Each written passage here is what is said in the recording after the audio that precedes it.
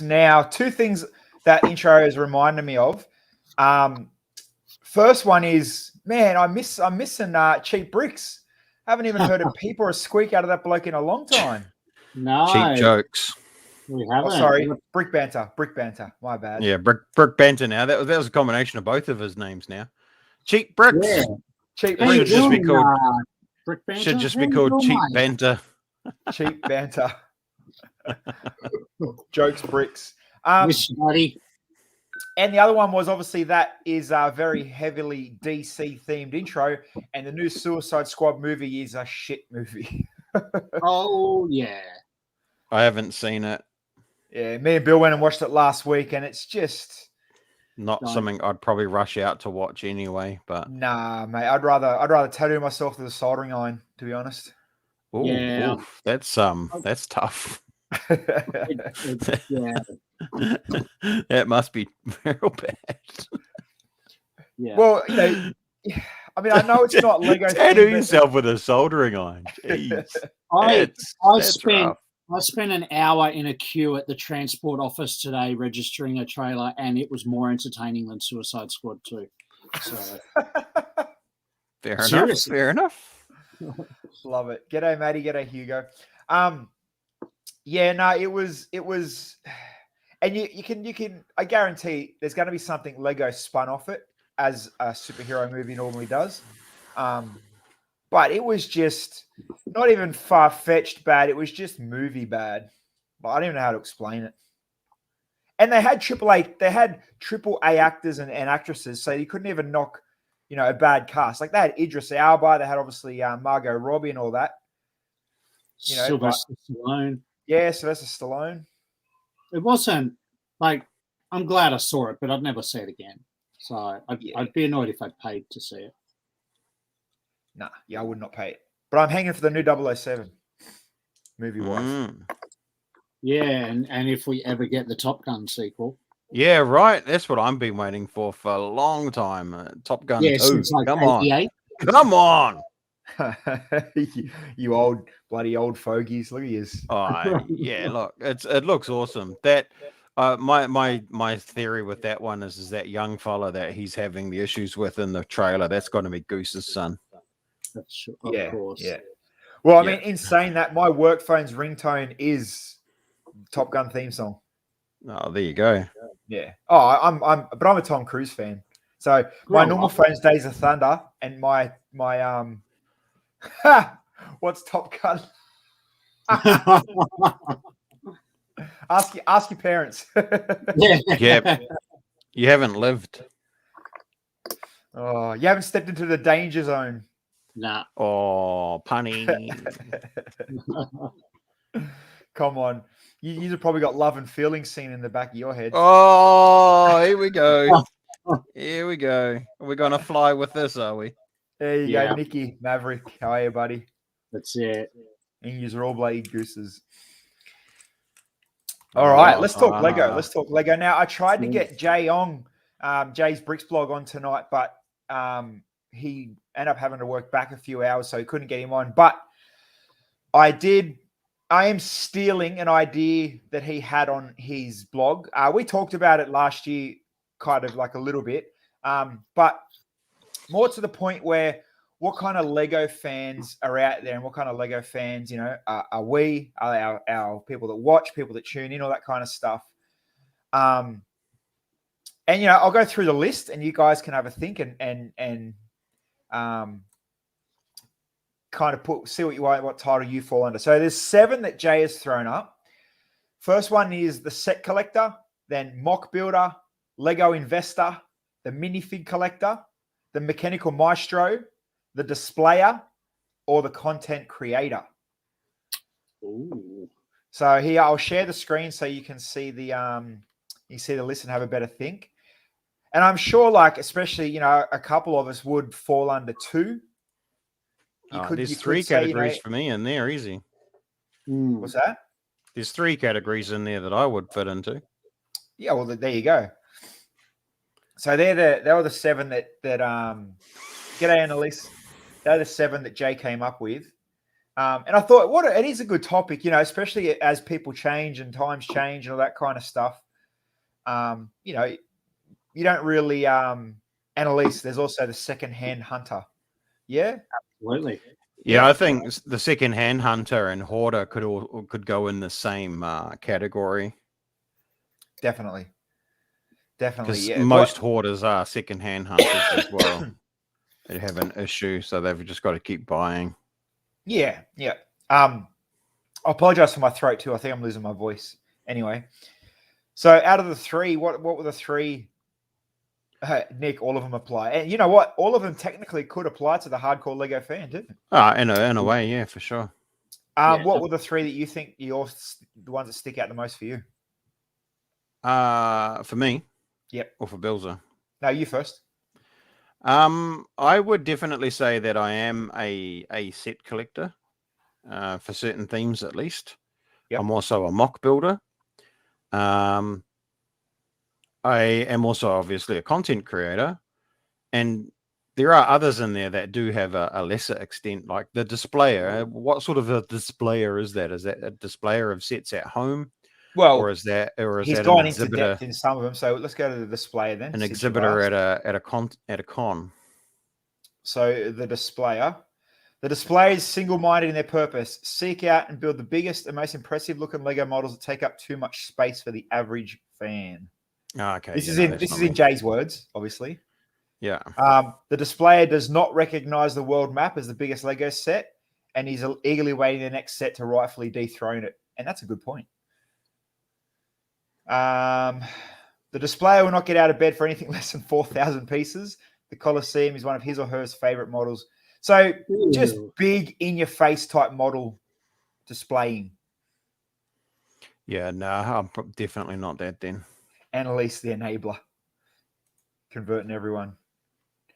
Does the set collector open their sets? No, well, I guess that'd be the investor then almost. But yeah, that would be the investor. But then is there an investor that doesn't open sets that doesn't sell the set? Because then does it make you that makes you a hoarder? No, there's still, if they're not opening the sets, they're still buying them with the potential of selling them one day.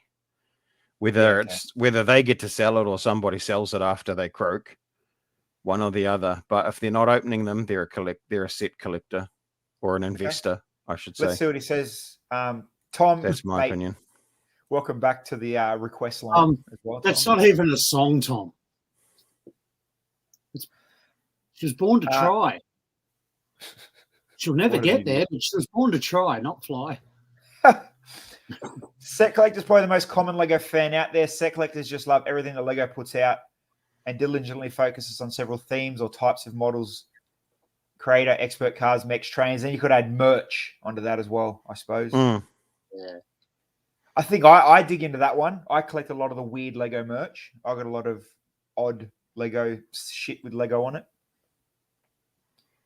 Here we go. Likes. Being the first to own and build new sets, showing off their builds on social media, a good discount, double VIP or clearance sale.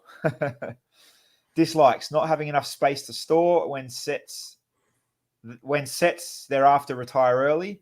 Re-releases. Deciding whether to keep or recycle Lego boxes and instructions. Yeah, there you go. I could name a few. I'm definitely falling into that. Yeah.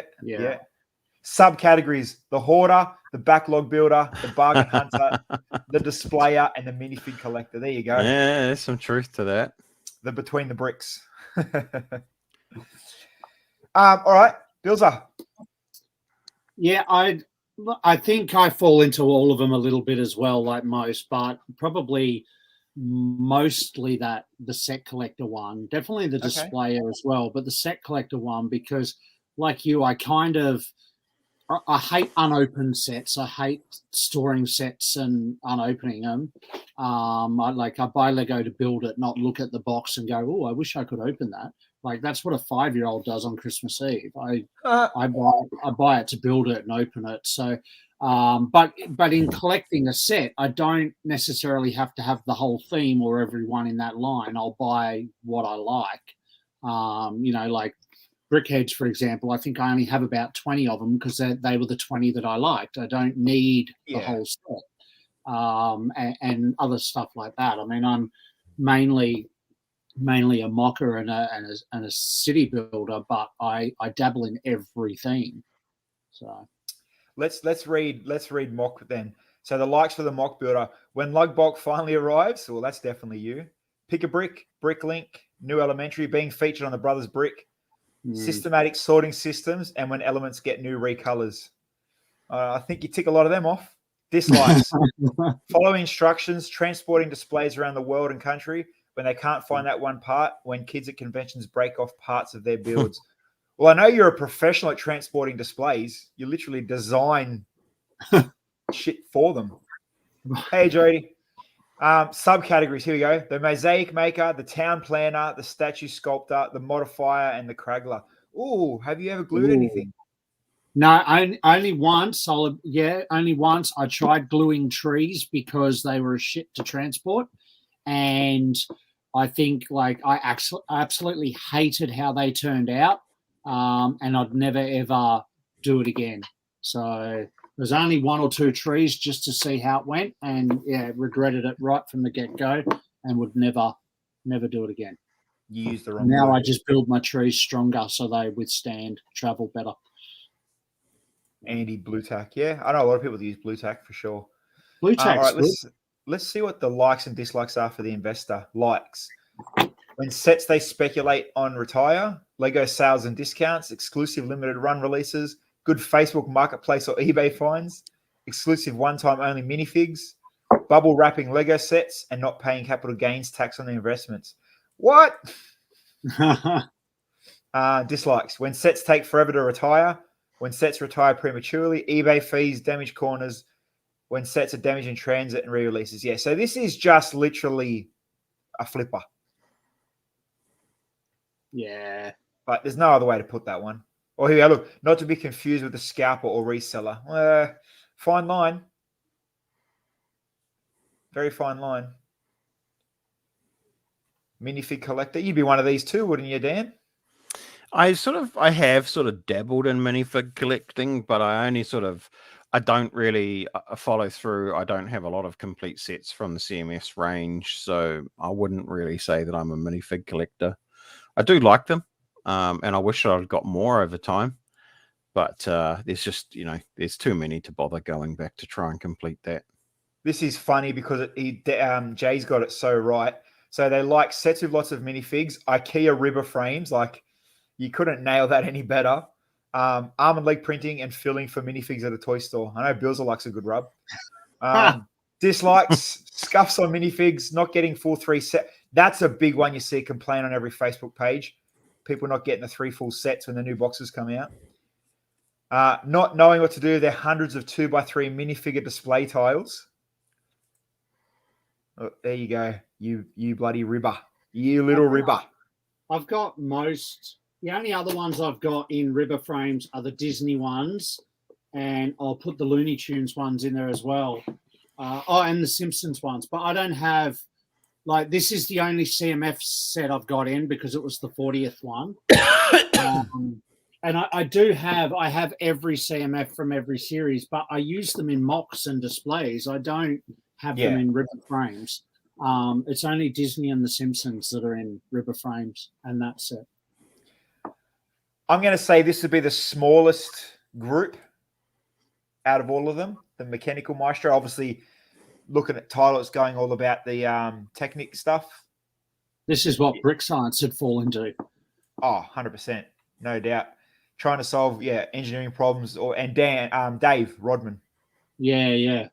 And I reckon Henry's probably this one too. He does a lot more mechs than most things, so... here we go. Mechanical Maestros love nothing more than to flock together, collaborating on modules for GBC. No, GBCs are a different breed. They like power functions. Yeah, it could be GBCs, I guess, as well. No, it's definitely GBC. Yeah. Module maker, robotics teacher, Technic trade. Yeah, they fall under the same banner, I guess. The displayer. What was the displayer's likes and dislikes? Likes massive sets, UCS sets, and the recent trend of Lego smashing the piece count record every year. That's actually a thing lately, eh? When you think about it, what's next? what's a big account. But like it says here about not liking the world map, clearly it's like they've just done it because that's the simplest, easiest, compact way to smash as many little pieces as they can. You know what I mean? Like, is it really a set? Anyway, I'm sure we've bitched enough about that one. Content creator. Here we go. Let's read this one. Always seen with a camera or a phone. Yeah, there's a few out there like that. Out and about looking for the next shoot. Yeah. So this one says, look, whether about Lego photography or making stop motion videos. I mean, I get it. I wouldn't call it a content creator in a sense, but I see what he means. Yeah, that's pretty narrow when it comes to content creators. Yeah. Likes good lighting, moss, the outdoors, macro lenses, when the algorithm makes their content go viral. Blurry photos, not having minifigs. Yeah. He's kind of nailed it down to more of a toy photographer than a content creator. Yeah. In fact, cool, that stuff, I don't even consider. To be fair, I don't consider Lego photographers to be content creators. Content creators should be, in my opinion, it's got to be some form of interactive video or exactly like us three. Stream or something like that. Like, yes, it is content, but it's more like you don't call photographers content creators. It's not as engaging. Like, this is awesome. It's artwork, but it's not engaging. Content usually is. Okay, I'd say yeah. So and we could create some sort of poll, like a pie graph, and you'd tick every single one. Then none of them would be a 0% for sure. Yeah, just which one would be the biggest and heaviest one you think you'd fit under. For me, the Lego investor would be a 0%. I don't buy any Lego with the intention of investing it. Yeah, true. My collection, I guess, if you wanted to look at this objectively, my collection does become in itself valuable, but I haven't purchased it with the intention of. Okay, let me flip that. Would you, if you seen, say, a set that you were dying for, let's just say a massive Star Wars ships for $50, someone selling on Gumtree or Trade Me, and you like, that's crazy cheap and I really, really want it, you're looking out for that, technically that puts you under that banner because you're going to buy it.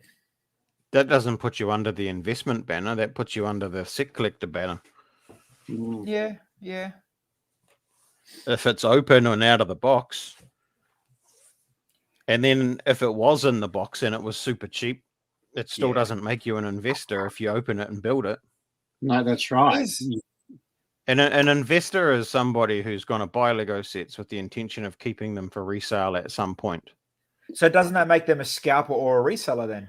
No, scalpers. See, this is and like he did say in there. In my opinion, a scalper is somebody who goes into the shop today, takes all of the stock off the shelf, knowing that it's either limited or hard to get, and sells it straight away at a price that is greater than the retail price. Yep. Okay. With the intention of making a profit. That's a scalper, because what they're doing is they're selling current sets at inflated prices because they're taking away the opportunity for other people to buy them.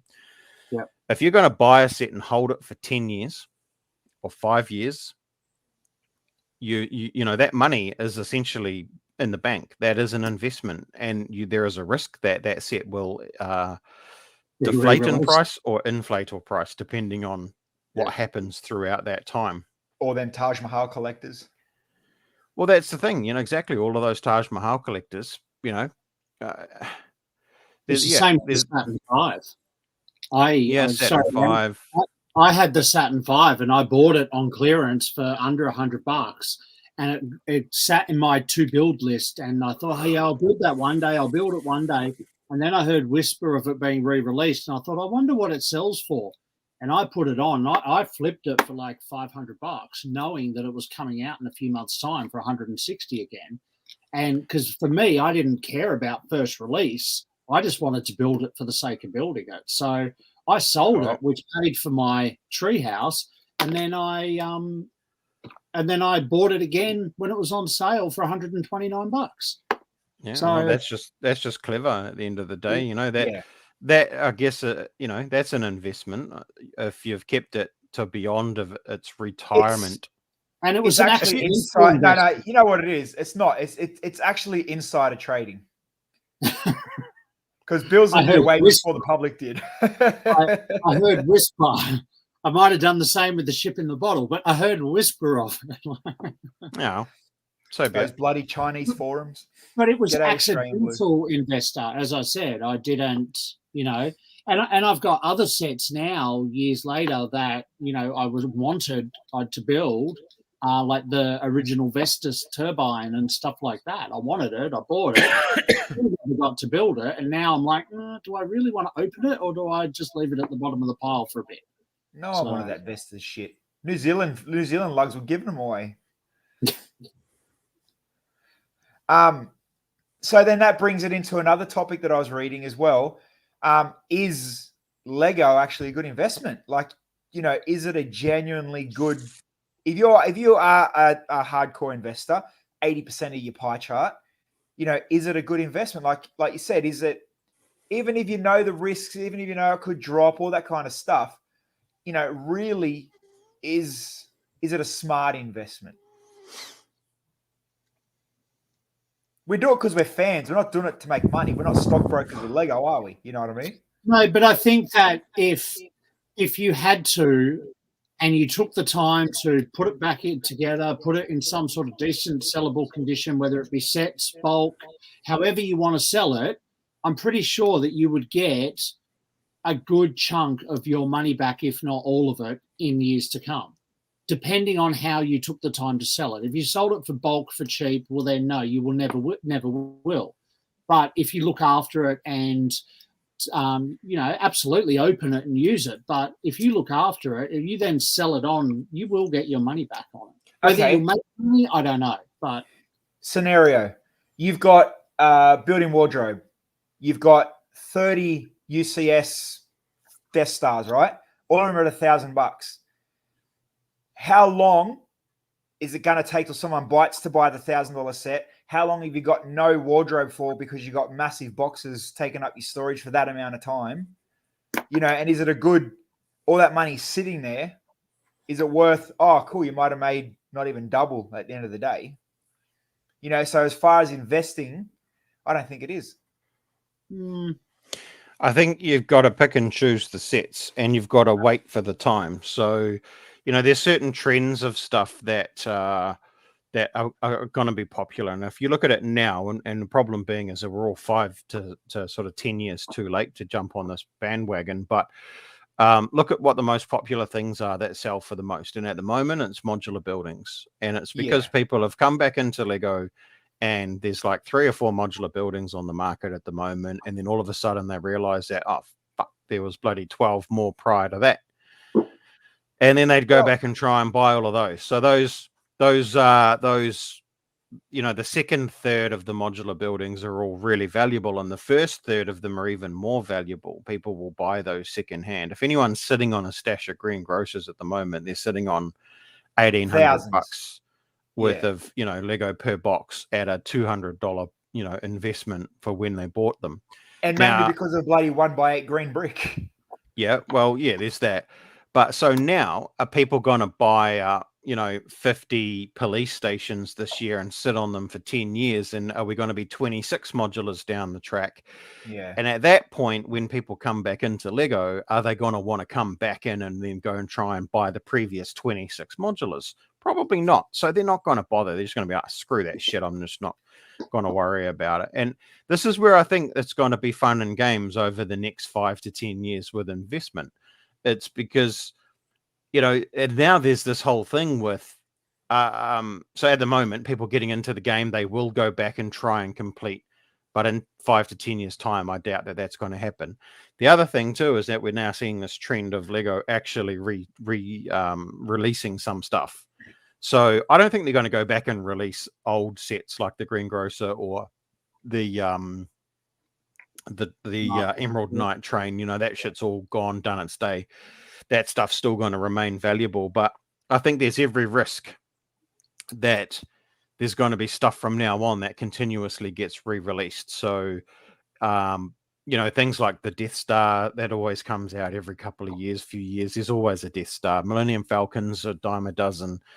You know, I just don't think there's going to be as much value in it, because I do feel like people going forward will be more happy just to sit on what's available, what's reasonably priced, and what's coming in the future, given that they have really stepped up their game when it comes to releasing adult-centric sets. Well, not even that. You almost nailed it when, like you said, you know, your 26 modulars. Lego have doubled down on the amount of sets they're bringing out more and more each year as well. You know, so it's not as rare and singled out sets. You know what I mean? Like, we're going to get to a point where they'll be dropping 2 modulars a year soon, for sure. You know what I mean? It's just the way they're going, and just looking at UCS, like you said, UCS used to be a Star Wars thing, and it was once every 4 or 5 years, and now there's UCS every theme you can think of. We're going to have UCS advent calendars soon. It's how they're going. Like, it's literally UCS everything now.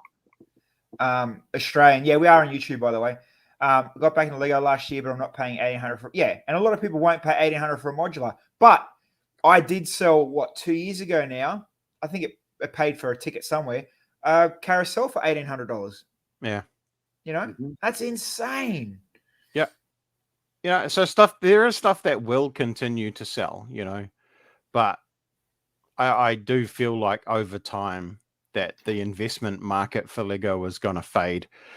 Because the other thing too is, you look at it now as well, if people think that, you know, there's been those stories on the news and on the internet over the last couple of years about Lego being a better investment than gold.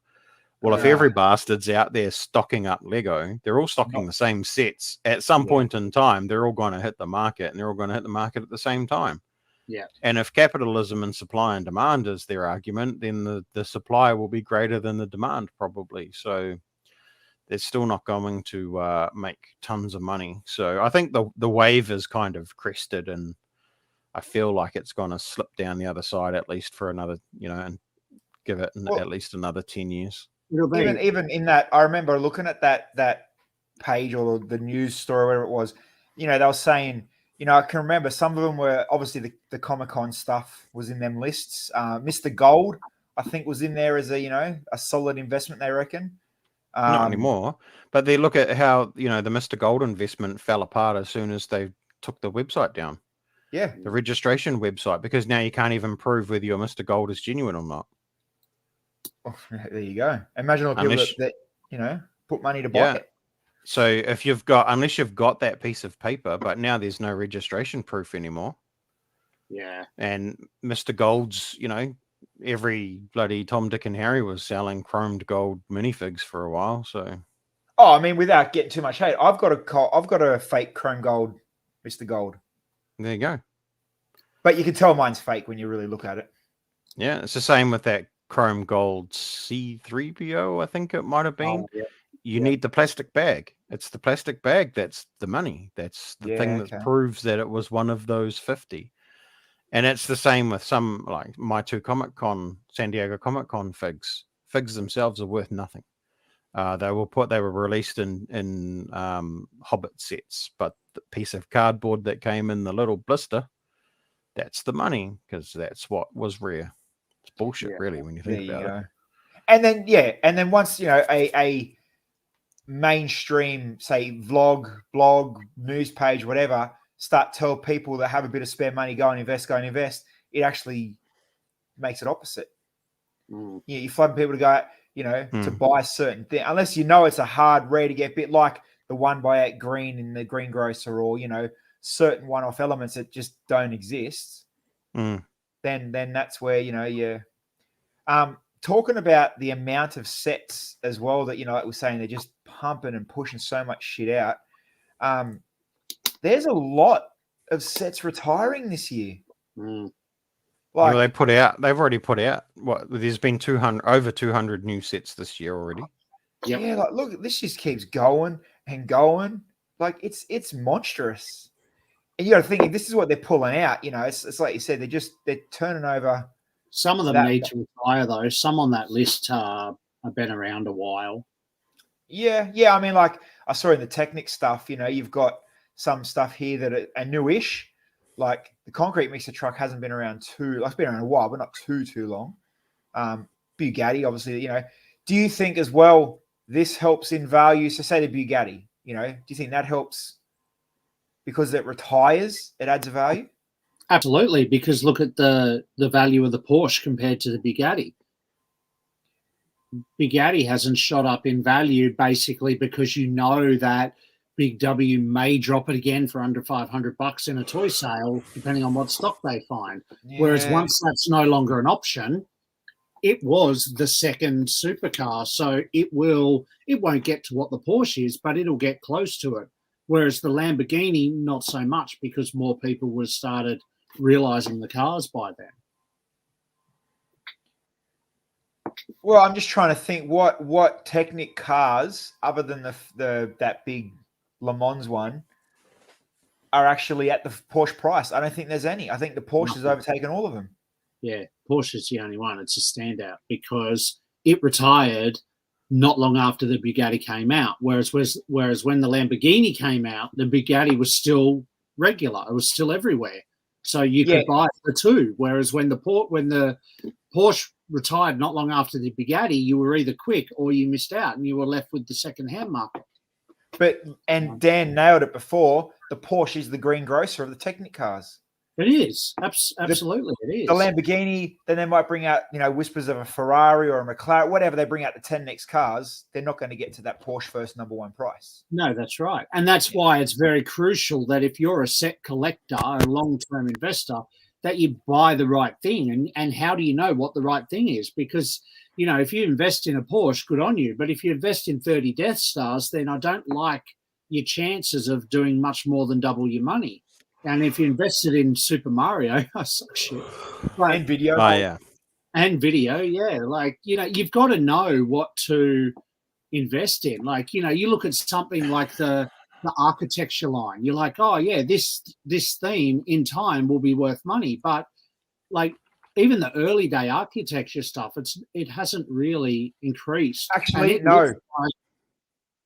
Some of them have. Yeah, the Marina Bay Sands. Yeah, the harder to get ones have. Like there's falling water. But as a theme in whole, you would think that it being a sophisticated theme, the whole theme would be up there, and it's not. It's hit and miss. There's some stuff even but in saying that, using that same logic, Star Wars is the same. Not every single Star Wars set is smashing it in price. Some of it's worth more than others. It depends what people want and the perceived scarcity of the set. So it's like there's stuff in architecture that's quite rare, or perceived rare, and that stuff's really expensive.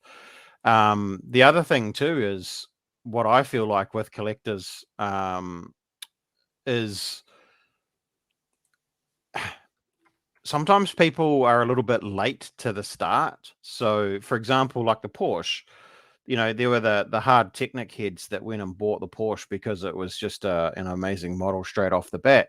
But then there was a lot of people that went to try and get it after the Bugatti was released, before and the Porsche was retired, because it's like, oh, hang on a minute, that Porsche would go really awesome with the Bugatti, and then the Lamborghini comes out, and then all of a sudden you've got this collection going forward. So then people want to go back. It's the same with the modulars. It's exactly the same with the modulars. And then they want to go back and they want to get the Porsche. Yeah. And that's what drives up the price.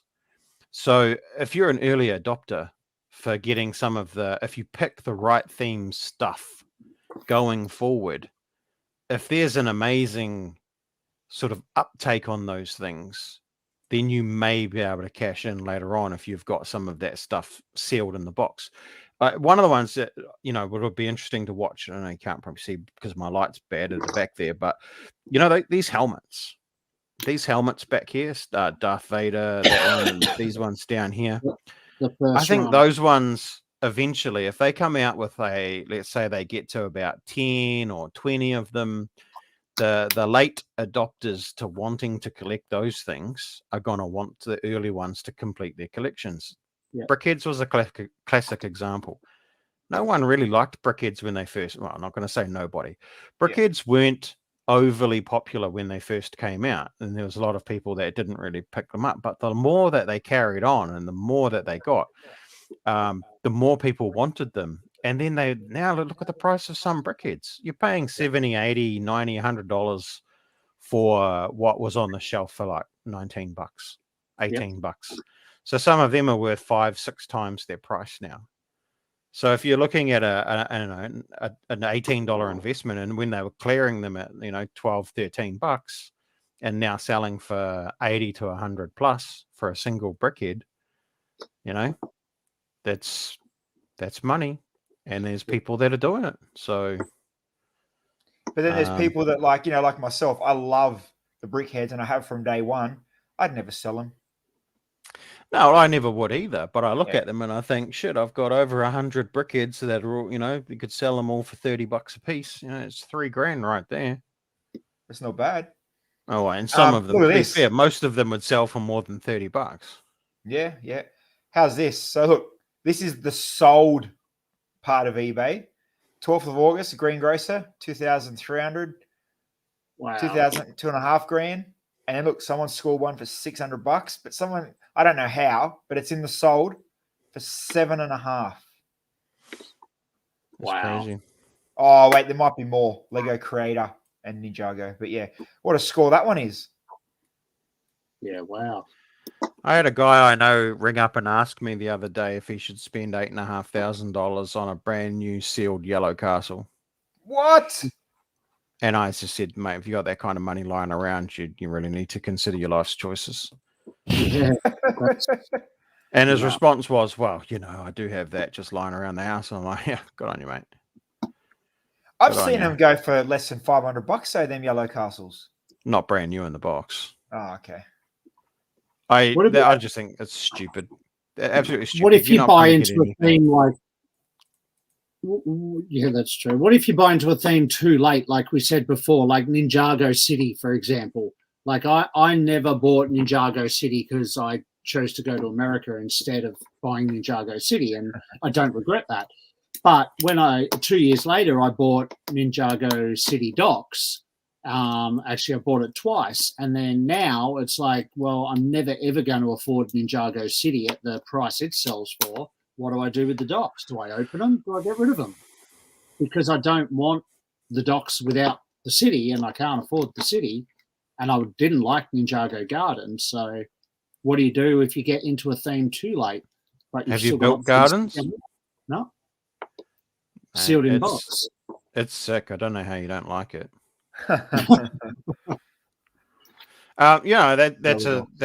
That's a very good question, because I've got Ninjago City Gardens, but I don't have the docks or Ninjago City, because I didn't have the money to buy them when they first came out. That was not long after I had my bloody mental health breakdown and had to stop working. So and before I started getting assistance through Veterans Affairs, so we were struggling just to, you know, keep bloody food on the table and whatnot back in those years. But for me personally, I just won't go back and spend that kind of money to buy that shit on the aftermarket because it's not necessary. Hold on, Luke. What do you mean you built yours for $7,000? Yeah, what did you build for $7,000? If you That's build a lot of money for any bloody set. If you built no, it can't have been. No, I think it's talking about the castle, but why would you build a castle for $7,000? No, he can't have spent that much on the castle, surely. Unless you know what? Actually, he might have, building the same as Parco's. I can see that costing $7,000. What did Parco build? The scaled times 41 or whatever it was. I'll find the one from Brickvention when we were there, Dan. Yeah, that monster size one. Oh yeah. I can imagine that.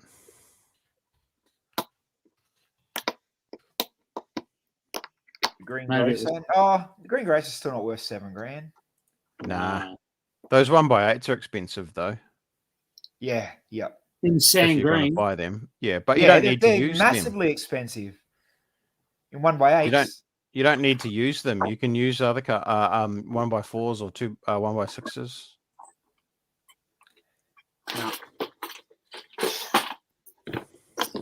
No good. I can't even Google. Yeah, look, of course, Luke's not chatting back to us now. I can't even find on Brickster's, on Parko's Instagram. Hold on. What is Aussie Brickster Instagram? Remember he was telling us that even that was like cost him a small fortune, and he's a Bricklink reseller. Yeah. Building MOCs is expensive. There's no doubts about that. You use a ton more, parts when you build something specific like that. Yeah, And like Wild West. Yeah, Wild West has killed me. This is the thing. You can only use so much on the inside to, of just out of your collection, but there's always going to be parts that you're going to need specifically for the MOC, and you're not going to have them. That's right. I probably spent $2,500 on the Tui Brewery. That's insane. In parts, and then that doesn't count the stuff that I already had. Here we go. Can I make this bigger? Yep, sweet. So you look at that, you don't realize how big it is. 112,000 pieces. Out of Duplo. So when you look at it like this, you can't tell, but you look at these photos and you realize what he's done. Oh, Lego. Yeah. Like it is big. That's big. Yeah. That's what she said. And like they're not valuable, expensive parts. No, just a shit ton of them. Yeah, it's the repetitiveness of obviously what he wanted, but like, you look at these 2x2, the round plates. Why do I keep doing that? And then you look at this photo, and they do look like Duplo studs. They do. Yeah. But Luke, didn't answer us, mate. What do you spend so much money on? What's her name? Sue-Ann Barber and Trevor, didn't they build one of those yellow castles out of Duplo? I don't remember it. I'm sure. Yeah, out of Duplo. I don't know if that was that time that we were there, or maybe the time I was there before. But they They had the original yellow castle, a microscale yellow castle, a 4x scale yellow castle, and I'm sure it was a Duplo yellow castle as well. Yellow castle. Yeah. Here we go. It was before he had his store. His first build was the modular. I was ordering parts left and right and center. Same buyer paid postage on every order. Same supplier ordered 10 orders and 10 lots of postage. Okay. Guys, I got Daily Bugle. Good stuff. There was one at Brixpo.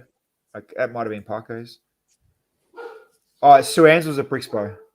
No, I've not been to Brixpo. I've only been to Brickvention twice. So wherever I saw it at Brickvention.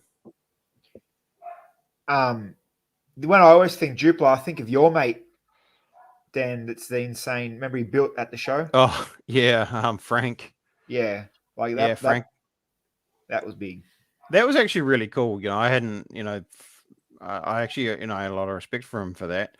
So there was a guy in our club at one of the shows. I was the one that Bilsy came to. Actually, he had a big lot of tables, and he bought all of it. He bought all of his Duplo, and he just built a massive Duplo castle or display over the course of like the Friday and the Saturday, I think it was. And he wasn't just building slow; like he was breaking a sweat. No, he was literally one piece, going hell for leather. Yeah, he was really building quick. But it actually turned out the display itself actually turned out really, really good. I don't for a have, Duplo display. Yeah, I'd like to see some more stuff actually built out of Duplo like that. Some more MOCs built out of Duplo. I think that would actually be pretty damn cool. I don't think I own any Duplo. I know my daughter has heaps for her like daycare. I got a heap of Lego Quattro, but not Duplo. Oh, I'll tell you what I got the other day. Oh man. I got a box full of the hard the compressed foam Lego bricks. Oh yeah. Oh yeah, they used to have buckets and buckets of those at the front of Melbourne at the store. Yeah, they were a retail like kids play area type Lego brick. They are Lego, like the Lego branded. They got Lego on the stud. Yeah. But they're quite big and they're hard foam. One of the guys up in Auckland managed to buy a bootload full of them, and he only wanted a few copies of each brick as I think just as a sample. Oh wow! And I managed to buy the rest. That's 86. Cool. What? $1,000 per 86 bricks. Okay, well I got probably more than 86 bricks. Wow. For $160. Brickles said, Dan, did you have the Tui Brewy at the Auckland Brick Show about 3 or 4 years ago? Yeah. Sure Lukey, did. I used to, a lot of people do use them for building up mountains and stuff, Lukey. Yeah, I've thought about it. I just don't have any. Yeah. I've got one of them bricks from the Melbourne store somewhere. Oh, you were at that show? Nice. There you go, mate. Small world. It would have been 2018, maybe? 2018 or 2019? I don't remember. Probably 2019, I think. Might have been when I went up there. With the little Kiwi set. Yeah. I remember the Kiwi set when I was at Palmy, though. Yeah, that was a few years ago. I remember you building that on a Friday night. Not my brickhead Kiwi set. There was a Kiwi set that was before that. Yeah. Didn't you give it a funny name as well? My brickhead Kiwi was called. Yeah, the brickhead one had a funny name. Brickle said he's got number 2. Oh, you got number far out. That's good. I don't know. Yeah, I remember because you were selling them online. I remember. Oh no, that's a different Kiwi. That's my Kiwi. Ah, okay. Yeah, no, there was a little Kiwi show set. It was actually I tell you what, I'm just looking at it up there on the shelf. I can't be bothered standing up to get it, but it was quite similar to this penguin, which was Christchurch Brick Show's show set this year, and the Kiwi was quite similar to that. And you designed it? Nah. No, not that clever. I have designed one show set for Christchurch, and that was the Christchurch Cathedral set. I think it might have been 2016 that was the show set. I love show sets. Like obviously we only get the Brickvention ones, but they've all been cool and quirky. Like who would have thought to have a lawnmower last year for that? You know that. Yeah. I mean, obviously they had Kale's stuff and the tram and the HQ and all them kind of things. But they always have really cool sets. We need set pieces up here, Bilzer.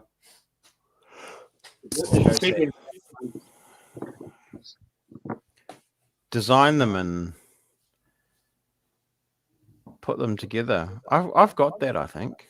Yeah, you would have. Yeah, it was there the year we were there. Oh hell yeah! I wonder where it is. Jody, for sure. Message me. I'll send you some money down. Is that printed, that tile? Rover Pro Cut, yep. Hold on, let me buzz you in. What a beast! Okay.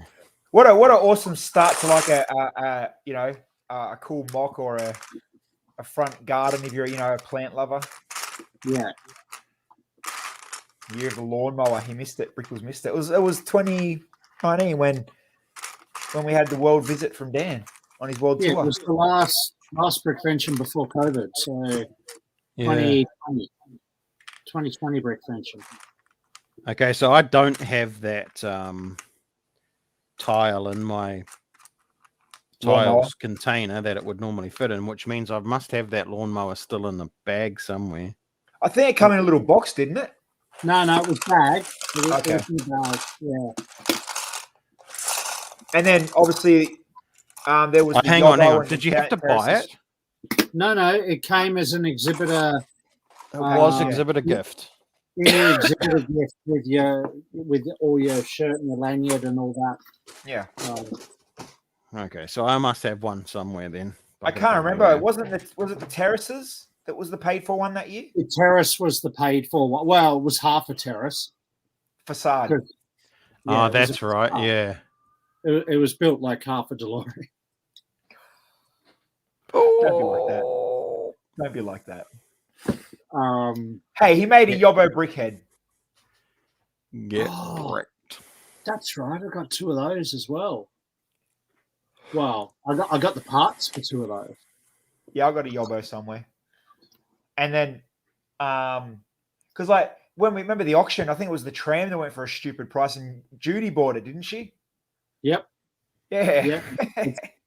Yeah, it's in her office. Yeah. Yeah. And I was lucky enough to get the HQ from 2016, I think. Yeah.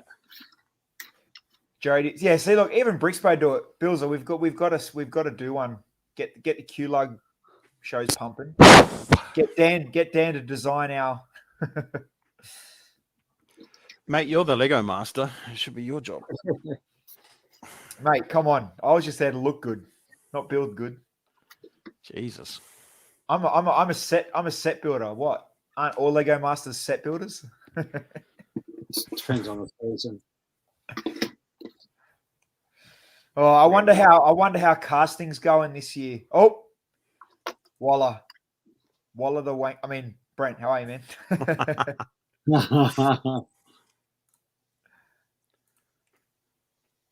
How's your Seinfeld fame going, buddy? You still milking that cow? Actually, I was at the Lego store the other day, and I saw 2 Seinfeld sets sold in the half hour I was there.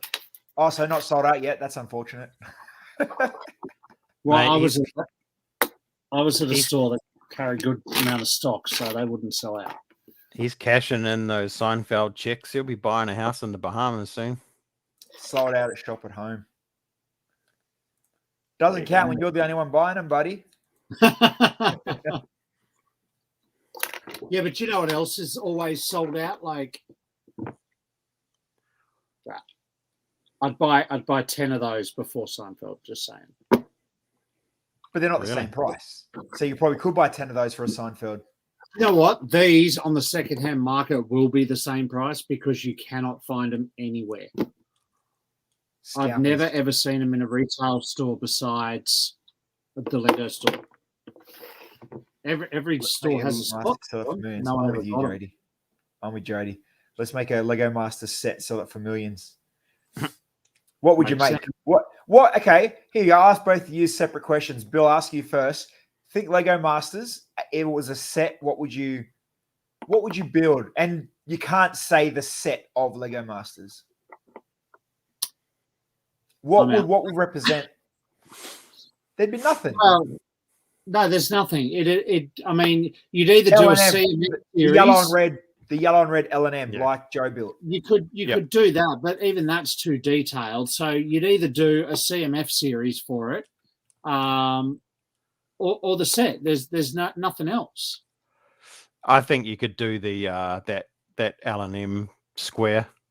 Yeah, simple than Joe's. That'll be about the only thing that you could do, because Lego Masters isn't just Australia now. You know, as I learned from your quiz a couple of weeks ago, whenever it was there 13 countries now? 12, yeah. 12, 13, one New Zealand gets on board. Yep. Or, you could, I suppose, okay, let's go back. Do it as a set like they've done the Seinfeld with the lights. You could do one table with a yellow frame. You could with 2 minifigs. You could, and you could have a generic CMF in a Lego Masters or a Lego T-shirt, something like that, rather than a printed torso. Yeah. Andy, have you heard anything from your Lego Masters application? Andy, we're looking at you. Yeah. Andy applied. I want to know if he's heard anything back. Yeah, Brent's got a good point. Like a Lego Masters creativity box, which is literally just a creator box with the Lego Masters logo. I've got it. Let's go and buy 30 creator boxes. I'll make some stickers that say Lego Master certified, and we'll sell them for $50. Bang. Quick cash, quick maths. Maybe. You know what I read from that, Andy? NDA. I don't know if anyone signed any NDAs. Oh, well, hopefully you did. Do you reckon we're going to get a Lego Masters here with the way Sydney's going and lockdowns? No one's going to go there to film. Sydney people can't even get out of their house to film.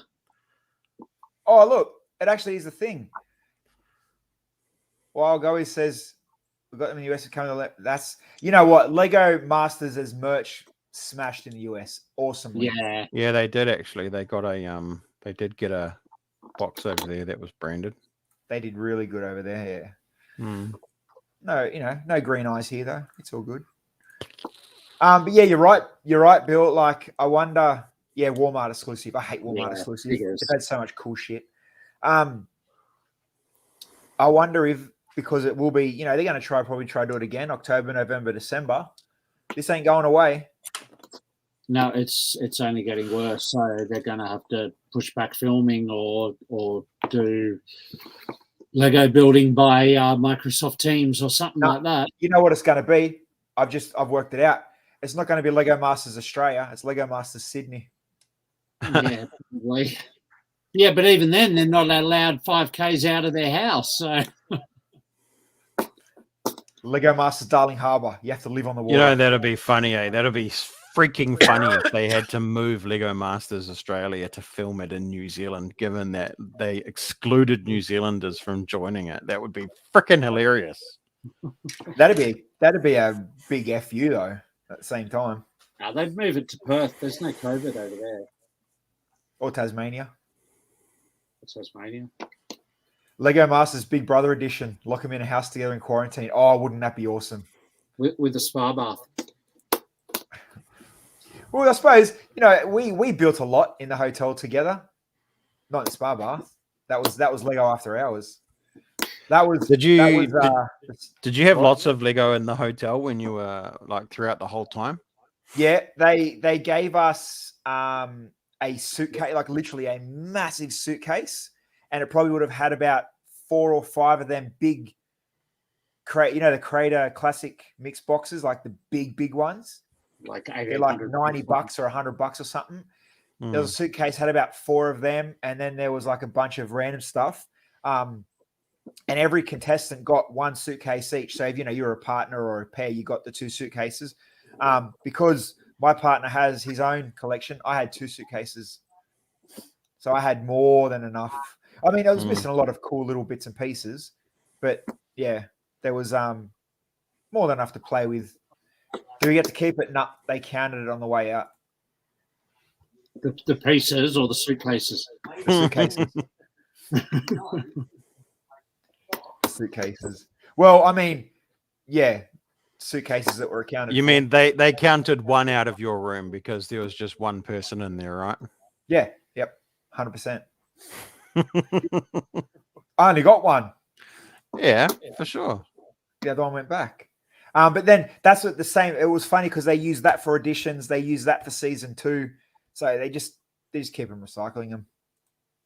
Oh, so season 2 has your hand-me-downs. Yeah. See, look, Jody said they're the same suitcases. So if anyone's going for season 4 and 5, unfortunately, you're going to end up with, a couple of little creator sets, colored bricks, and good luck. Yeah, it'll be like what's left in the suitcases will be like that sticky Lego at conventions that all the kids play. Be like, nice. No thanks. Nice. Actually, talking about sticky Lego at conventions, Ryan Masters made me this at Brickvention out of the sticky Lego, and some of them have gone a funny yellow color. Oh, that's a pretty cool sign. Oh, I mean, Annalise's watching. I didn't take it from Brickvention. I paid for it. Well, you didn't know where it came from. No, I was gifted with it. All right. So before we do sign off, we have to give a massive thanks to Dreamworld. So as everyone knows, we built the Adidas Supreme, the Superstar shoe on stream. Unfortunately, no one can go back and watch it because we broke a few rules while we're building it. Shit happens. But we never got the gift with purchase. And Bilsy, being a bloody legend, went and do secret handshakes and awesome deals. And big thanks to the Dreamworld team. We got the gift with purchase. Yeah. So we never got it originally when we built the Superstar shoe. And then obviously, like I said, didn't make people happy when we built the Superstar shoe. But all things moving forward, I think, and fingers crossed, we have a build coming up for Dreamworld. We don't know if we're going to do it at Dreamworld or... No, we'll keep you updated on that, but we are working on some stuff for now and the future. But you know what we're going to do? If we build a Dreamworld, instead of being boring and building it in the shop, let's try get a small set for shits and giggles and build it on a ride. Oh my lord! I'm sure there's safety issues with that, and Lego dropping out and grinding in the gears and stuff. Like, I don't know about that one, but we'll keep you updated. A 4+ Mickey set that's got 10 pieces. Do it while you're going down the Tower of Terror. The one with the lamb, and the lamb will go missing. But you should just get a set, put it on a tray on your knee on the giant drop, and just just watch it all just go up there and then rain down.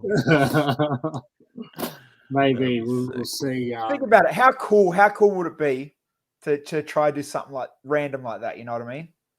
It would be cool. Because not only like massive shout out to Dreamworld, as Bilsy said, but it's also an awesome theme park. So maybe you'll have to watch and find out what the future holds. I'm sure there'll be a cruisy ride. We could do something, quirky. You know what's coming back after the steel Taipans finish? The old rusty, trusty railroad is being redone. So we could ride a nice train ride and build some brickheads on the train and see how we go. That'd be nice and rickety. So, just like our streams normally are. All right, everybody, thanks for joining us tonight. It was actually pretty good. We did fill out the hour really quick. Bilzer and his rude finger gauntlet. We will be back Wednesday night. We are back in Wednesday night after the awesome Dan on that raid train bringing us in the football stadium size crowds. At least you don't have a massive gallstone in the middle of your gauntlet. It looks like a dried out ball. You won't be able to see it, but my gallstone is my infinity stone on my gauntlet. Well, I was gonna say, Bill, he could put his balls in it, but his missus already owns them. Boom! Oh! See you later, people.